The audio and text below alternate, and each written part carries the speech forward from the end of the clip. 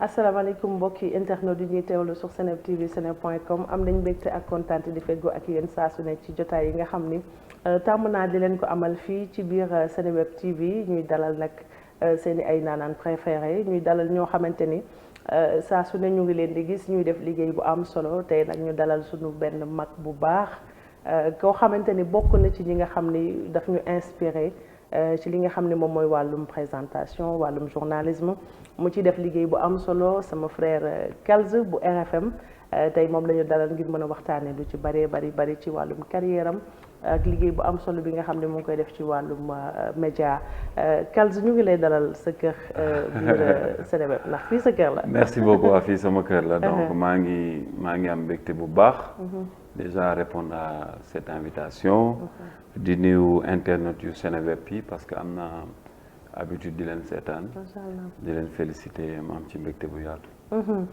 tey dañuy bëgg ñëwaat tuuti rek ci li nga xam ne moom mooy sa parcours ci wàllu média bi ndax ku xam Kals dañ ko xamee Kals bu groupe Futurs Médias tey le pur produit bi nga doon ci RFM TFM ak li nga xam ne moom mooy groupe Futurs Médias fan nga ci jaar ba yegg si fii. Bon, je pense que j'ai l'habitude de le dire. Le Futurs Médias, comme ni nga ko waxee, pur produit du groupe Futurs Médias parce que xëy na tàmbali naa sama carrière bien avant Futurs Médias, mais ñu ëpp ci ñi ma xam wala ñi ma découvrir ñi ma xamee à travers RFM. jaar naa ci ay rajo la maison mère qui est RTS. ak Michael Souma foofu laa tàmbalee. Je peux dire que c'est lui qui m'a formé, qui m'a accompagné. li ma xam ci rajo ak ci télé wala ci média en réalité ci Michael Souma la jóge donc yàlla di def ba ma rencontré quelqu'un qui s'appelle Nicolas Diop nekkoon RFM celui qui m'a ouvert les portes moom ma may possibilité je me rappelle c'était en octobre précisément le 27 octobre 2007. 2007 mooy la première fois ma wax au niveau de RFM. Donc je me rappelle très bien de cette date. Donc foofu laa tàmbalee 2007 en tant que stagiaire. avancé tuuti nekk prestataire ba 2011 que je suis devenu un élément du groupe Futurs Médias. Mine de rien 2011 ba tey. laa signé sama contrat de CDI dans le groupe Futurs Médias donc je suis passé de stagiaire en prestation de. 2007 ba 2011. ba 2011 laa. yaa ngi def stage voilà laa signé sama. en tant que nekk naa stagiaire prestataire def ay aller-retour. dem seen rajo yeneen télé yi pour tenter sama chance un peu. gis nit ñi wax leen dama bëgg a def lii dama bëgg a def laa et puis j'ai fait le terrain parce que yàgg naa topp ci concert yi. événements yi voyages yi. dans les régions pour. gagner expérience. Mais c'est en 2011 que je suis devenu vraiment élément boo xam ne mën naa jàpp ni léegi ci kër gi laa bokk. moment boobu Alioune Ndiaye moo nekkoon directeur général du groupe Futurs Médias bi nekk Pikini donc c'est Alioune Ndiaye qui a signé mon contrat à l'époque donc loolu moo ma intégré carrément dans le groupe. booboog léegi nag ñi ngi jéem di góorgóorlu. alors 2011 ba 2022 ci groupe Futurs Médias ça fait 11 ans. et 11 ans du 11 jours du benn fan du ñaari fan. lan mooy secret Kals parce que dañu gis ni léegi suñu médias yi. en général nit ñi duñ fa yàgg. ndax problème yi dafa bari. tey nga def 11 ans groupe Futurs Médias. le secret c'est quoi entre Kals ak groupe Futurs Médias. non pour man stabilité la rek. xam nga. C'est comme dans la vie de tous les jours moo xam ngay sëy ci kër moo xam nga dëkk ci kër moo xam nga nekk ci biir famille moo xam ngay liggéey ci bërëb soo ci jàppee ni am nga fi stabilité am nga fi jàmm et que yaa ngi évoluer ci yow ni nga ko foogee pour man tu n'as pas besoin d'aller ailleurs yàlla xam na ni nag avec beaucoup de modestie j'ai eu tellement de propositions entre-temps tellement beaucoup même am na yoo xam ne sax presse bi dañ ciy jot bindaat ko wax ci y a eu des groupes de presse yu fi ubbi y a eu des tentations ci ay télé ak ay rajo j'ai eu tellement de propositions kaay ci rajo bi ñu jox la lii télé bi ñu jox la lii dañu bëgg ubbi groupe de presse bu bees et cetera bëri na lu ma ay nit di proposer de mën naa wax ni que sax at bu nekk. ba ci at bi ma génn j'ai eu des propositions. ci ban télé wala ban rajo. bon bëri na je préfère peut-être garder ko. dégg naa waa 2STV xëcc nañ la fa ba sonn. waaw ne la Kals ñëwal parce que nag foofu xamuñu sa valeur xam nga dañ la war a teg ci télé bi fësal la et cetera. foofu moom sama kër la Abdoul c'est mon frère. c'est un ami depuis très très longtemps Abdoul sama gayen la xam nga. kër googu sama kër la. bien ni yeneen kër yëpp nekkee sama kër. mais li ma téye Futurs Médias c'est parce que ñoom ñoo ma ko wan. et je me sens tellement bien dans ce groupe là je préfère peut-être rester. ba ci kanam ba xëy na ëllëg su ma amee yeneen ambition à l'avenir. moom ma def ko. d'accord incha allah 11 ans ku ko def ci kër rawatina ci rajo bi est-ce que gisoo ni tey. Kals war nañ ko war a mën a gis ci télé bi mu am des émissions yoo xamante ni da koy def chaque semaine wala chaque 2 jours wala chaque 3 jours mu koy présenter wala c'est Kals qui a préféré être à la radio seulement. En fait moi j'ai l'habitude de le dire moi à la base je suis un homme de radio. man ma passion c'est la radio. loolu fu nekk laa koy wax dama bëgg rajo ba. rajo mooy sama passion number one. et ni ma mel ci rajo sax meluma ko ci télé. j'adore la radio parce que ñun bi ñuy dugg ci animation li ñu inspiré woon c'était plus la radio. c'est pas parce que boobu digital bi melul nii. xam nga la radio maintenant c'est presque la télé parce que ça s'écoute et ça se voit. et RFM bi muy wax naan RFM ça s'écoute ça se voit boobu digital bi sax melagul nii. donc nous li ñu formé c'est la radio. ndax def nga fa 11 ans 10 ans 20 ans c'est pas important parce que mérite bi mooy feeñ à la télé man je trouve que du loolu quoi. mérite bi mooy ñu jox la sa cër jox la gëdd bi. bu ñuy def dara ñu laaj la. moi je suis tout le temps en contact avec mes responsables que ça soit Alaaji Assane Gueye que ça soit Babacar Fall que ça soit Birane. ku ci ne lu ma bëgg a wax dama lay woo ñoom bu ñuy def dara des fois ils m'informent lu ñuy def ci kër gi maa ngi ci biir. respect boobu moo ëpp di feeñ ci télé bi tous les jours alors que respecté wuñ la et Futurs Médias c'est un groupe de presse. Il y a l'Observateur, il y a IGFM, il y a la télé, il y a la radio. Tout le monde ne peut pas faire la même chose. Tout le monde ne peut pas être devant l'écran pour présenter. Pour man mérite bi du dem feeñ ci télé bi mérite bi mooy sa liggéey ñu la koy jox convenablement et tranquillement.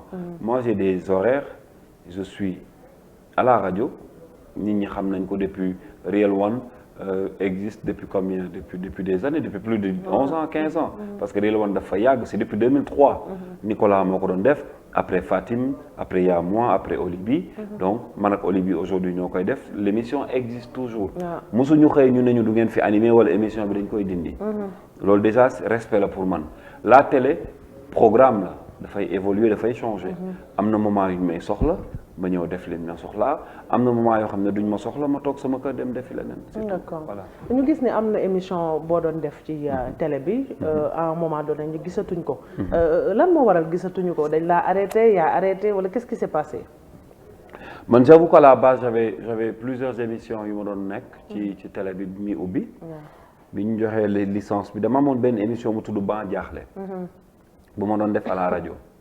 bi ñu ubbee télé bi Moustapha Diop à l'époque qui était le directeur de la télé Moustapha Diop 37.5 ñoo ne ma Ban Jaaxle dañuy def test bi en vidéo pour xool ndax mën nañ ko def ci rajo ci télé bi on a testé à l'époque il y avait ay Leuz ñoom Mbissane je me rappelle Serigne Mbacké Ndiaye sax moo njëkkoon nekk suñu invité on a testé affaire bi jàll mais man j'ai voulu changer le nom ci laa créé benn émission bu tudd Tok Tek c'est moi qui l'a écrit ñëw proposé ko direction bi ñu jël ko. ma commencé Tok Tek y avait comme chroniqueur Mohamed Ndiaye. des fois Malal Junior on l'a fait au fur et à mesure ñuy dem à un moment aussi ñu stoppé ko parce que programme bi da doon changé. amoon naa fa benn émission aussi bu tudd Teg ci Brick c'était pour carrément du hip-hop. les rappeurs j'ai fait des numéros pour Nit Dof pour Kër Gi pour tant d'autres artistes. mais après un mois aussi boobu tamit programme yi ñëw ñu changé ko j'étais aussi dans Yeewu Leen. que je venais tous les mercredis avec Pape Cheikh je faisais. je pense espace jeune pour les jeunes et tout ça à un moment aussi boobu moom j'avoue que matinal dafa metti woon xam nga da doon metti entre jóge ci rajo bi pour demaat ci télé bi jóge ci télé bi dem ci rajo bi boobu c'était pas trop adéquat ak man sama programme de la journée donc loolu là je suis avec Abba dans Weekend Stad bi ma toogaatee ba benn moment quand Ndiaga a besoin de moi il m'a dit viens je veux que nga participer ci Weekend Stad je suis entré dans Weekend Stad tous les samedis ça veut dire que télé bi ñoom bu ñu ma soxlaa rek ma defal leen li ñu bëgg. d'accord récemment ñu gis coow li am biir TFM. et je ne dis pas c'est la première fois c'est vrai que bërëb yëpp ñoo am problème bërëb liggéeykaay yëpp mais dañuy gis ni dafay répété ci lu bari ci biir groupe Futurs Médias rawatina ci télévision bi muy sortie bi nga xam ni Lamine Samba def na ko di wax ni sax dañ ko mettre au frigo. yow mi nekk ci bërëb ba nan nga gisee loolu. man mettre au frigo c'est pas du mot bu may du phrase wala mot bu may faral di utiliser parce que il faut quand même reconnaître que Groupe Futurs Médias est un très grand groupe de presse en Afrique. Je dirais même pas au Sénégal. On a presque plus de 500 personnes yu fay liggéeyee 700 on dirait on peut dire bëri présentateur animateur ku nekk ak sa style ak sa domaine. Lamine Samba maa ngi koy nuyu sama grand la que je respecte énormément sama nit la. Il a fait ses sorties et il a assumé que li mu wax ça n'engage que lui. Moi je damay considérer que ni que c'est toujours un membre du groupe Futurs Médias qui a quelque chose à dire. Il a dit, on respecte son avis. Comme peut-être ba nga bëgg a waxaale peut-être le cas de Kouthia ñun ñëpp xam nañ ni que moom it on peut dire que produit wu groupe Futurs Médias la. ñun ñëpp xam nañ sa relation avec notre PCA Youssou Ndour. xam nañ ni ku ko bëgg la ku ko fonk la. et Kouthia c'est un élément boo xam ne fu mu mënti dem ci àddina Futurs Médias rek ngay gis ci kanamam. parce que daf ko bëgg moom déjà. et que Futurs Médias aussi on aime beaucoup Kouthia. pour man yooyu mënul ñàkk. kër goo gis dina am ay jafe-jafe yenn yi xëy na day fës. ya ca des du fës. tey man j'aurais bien aimé à la place de ñii di dem ñii di ñëw wala ñi ñuy mettre au frigo ñu taxaw naan ñu groupe Futurs Médias du leen fay seen ay salaire amuñu condition yu baax. IPM bi du leen jël en charge. joxuñu leen say indemnité amuñu 13e mois. amuñu. foofu la défaite bi di nekk. mais parce que ñi ngi dem di ñëw wala dañ leen toogloo mais kenn ci ñoom doo dégg ñu ne la biñ la mettre au frigo fayuñu la salaire. D'accord. wala joxuñu la avance tabaski. da nga jàpp ne mettre au frigo c'est pas le vrai problème en fait. Pour moi c'est pas un problème. C'est juste des discussions. Va voir Ndiaga qui est le responsable de la télé, va voir Bouba qui est le directeur des programmes, va voir Assane Gueye. Man tey bu ma amee benn idée damay dem gis Assane Gueye su ma amee benn idée damay dem gis Bouba. Ndiaga c'est sama directeur la mais sama grédonal la sama xarit la. damay dem ne ko mais Ndiaga dama am idée wu benn affaire. Vous voyez l'exemple par exemple de Abba. Abba Show c'est une production à part. mais moom Ndiaga ñu ciy liggéey. def ay tournées dem ci régions yi. c'est parce que c'est un patron qui est tellement ouvert Ndiaga il n'est pas fermé. soo demee toog ak moom jox ko say idée mais da koy jël. kon na nga jàpp ne sortie bi nga xam ne Lamine Samba def na ko mbir yi mënoon naa sax gën a mën a simple su waxtaan interne amoon ci seen biir ñu réglé ko seen biir. man gëm naa ni sax waxtaan interne dina am. parce que déjà ki ñu jiite muy Youssou dafa opté pour waxtaan moom day wax ni fii kër la. mos naa fort ci benn wax ci Youssou Ndour. te loolu dama ko jàpp. ba tey dama koy faral di wax souvent. Youssou dama ko mës a dégg mu wax ni que kër gi sama njaboot la dàqloowuma kenn. te bu kenn dàq kenn. d'accord ku bëgg a liggéey nag mel na jox nga liggéey waaye man Youssou dàqloowuma. bëgguma ku dàq kenn. loolu c'est quelque chose que j'ai retenu man depuis le début pour dire que borom kër kat bu taxawee ni dàqloowuma kenn te dàquma kenn. mu jox la tous les moyens pour travailler mais liggéeyal. d'accord voilà pour man est-ce que nekkul aussi wax jooju Youssou Ndour wax nekkul système bu gars yi di utiliser rawatina ñu nekk ci direction bi naam. borom kër gi dàq loolu kenn. waaye des fois ñu pousser la à la sortie. mais mos nga gis kuñ dàq. des fois ñu pousser la à la sortie. mën nañ la bañ a dàq directement mais honnêtement est-ce que mos nga gis. non man gisuguma kuñ ne kii dañ ko dàq kii dañ na ko arrêté dañ ko licencié. mais mën nañ la pousser à la sortie xam nga tey man su ma nekkee Seneweb doon def yi ay émission jékki ñu ne ma bul defati dara toogal man damay dem seeti leneen donc est-ce que nekkul duñ la dàq directement mais dañ lay dàq indirectement di la pousser à la sortie. mais xam nga dàq indirectement alors que yow li nga waxante woon ak ñoom yëpp ñu ngi koy def. c'est vrai que un animateur. mais kuy feeñ télé. non je sais kuy wax ci rajo. li ñu naan wax katu rajo boo nekkoon noppil feebar na. feeñ katu télé soo nekkoon doo feeñati moom loolu moom feebar na on sait que c'est comme un joueur de foot. c'est-à-dire que joueur bu nekk bëgg nga am club. mais boo amee club aussi da ngaa bëgg di football. évidemment ñu lay gis nga nekk en compétition. chaque animateur a besoin de ça. il faut quand même reconnaître que nous Futurs Médias à regrouper peut-être les meilleurs talents de ce pays. Ça quand même il faut l'avouer. Ils ont mi ñuy dem dañ dem jëli ñu baax ñi des vrais professionnels. ak loo ñu mënti waxal di nga nangu ni quand même on est entouré que des professionnels que ça soit au niveau de l'administration commerciale ou animateur et cetera après nag ku ci nekk am nga sa gis-gis man Lamine li mu wax dama ko nangul.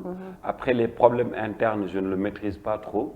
te yaakaar naa ne jàmm rek moo ci mujjee. d'accord ginnaaw bi nga xam ni moom Lamine Samba dem na ñu terminer sujet boobee gis nañ Birane aussi bi muy inauguré rajo ba ca Mbacké ci màggal gi moom Birane dafa mel ni dafa tontu Lamine Samba waaw ndax li mu wax mooy daanaka ku bëgg buzz rek da ngay dóoranteeg groupe Futurs Médias ndax groupe bu rëy la est-ce que gisoo ni loolu du gën a yokk problème d'autant plus que ñu ngi wax ni mbir mi peut-être waxtaan mën na ci am mbir yi mën a jeex. je me lâche benn affaire. c'est pas pour lui jeter des fleurs ou neexal ko. Birane il n'est pas comme ça en fait. c'est pas quelqu'un qui répond dans les couloirs wala muy toog ci ay médias di wax. wala à la limite li ngeen di foog mooy gaaruwaale.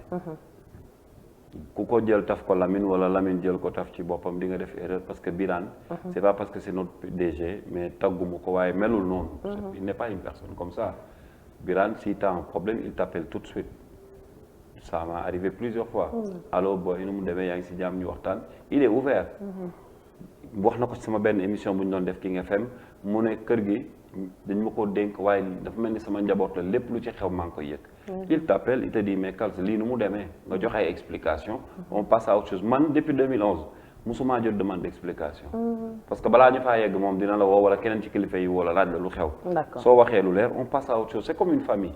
donc Birane dafa doon tontu wala dafa doon gaaruwaale très sincèrement ça c'est pas Birane. am na Birane romb na niveau boobu au fait. il prend un exemple ci papaam te Youssou Ndour melul noonu ku xool ci Youssou Ndour xam ne Youssou Ndour du tontu ay détails. du lijjanti ay détails et je ne pense pas que Birane wàcc en tant que responsable à ce niveau-là pour répondre di gaaruwaale wala bañ a tudd tur je pense que Birane s'il a quelque chose à régler day jël téléphone am lijjanti ko ak Lamine Samba. donc jàpp naa ne ñi war a lijjanti loolu ci kër gi ñi ngi koy def. mais quant à dem ci plateau wala di def interview pour répondre à des choses ou à je dis pas que Lamine lu ñàkk fayda la wala lu ñuy néewal la. waaye jàpp naa ne Birane du def loolu. d'accord voilà. ñu gis ni Kouthia aussi ñëwaat na biir kër ga. gis nañ émission sax bu mu nekk di defaat actuellement. ñu bari nag ne nañ Birane daf ci jouer rôle bu am importance d'autant plus que problème bi bari woon na rëyoon na. moom mais Birane daf ci jouer rôle bu am importance da ngay confirmer loolu. waaw parce que Kouthia a dit que bi yónni nañu ndaw ci moom.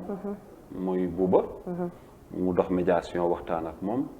il faut pas oublier que Kouthia dafa am ay relations yu particulières ak famille bi. surtout ak Youssou Ndour. ak Youssou dañ ko bëgg xam nga c'est un comédien je prends l'exemple de Ibou Ndour Ibou Ndour il aime Kouthia da koy seetaan di reetaan di rigoler du benn ñaar yoon mu koy gis mu koy def donc xam naa ne am na ay relations yu am solo ak famille bi donc c'est normal que bu problème amee que ça soit muy Birane que ça soit muy Bouba ñu dox ci ay jéego pour mu dellu si parce que quand même ñun Kouthia quoi qu'on puisse dire c'est le meilleur humoriste en Afrique Sénégal romb nañ ko jox nañ ko ay raay yàggul dara dans ce groupe ou dans ce pays groupe bu ne bëggoon nga am ko mel ni Kouthia donc su dellu see aussi je pense que c'est un plus et puis la famille se retrouve voilà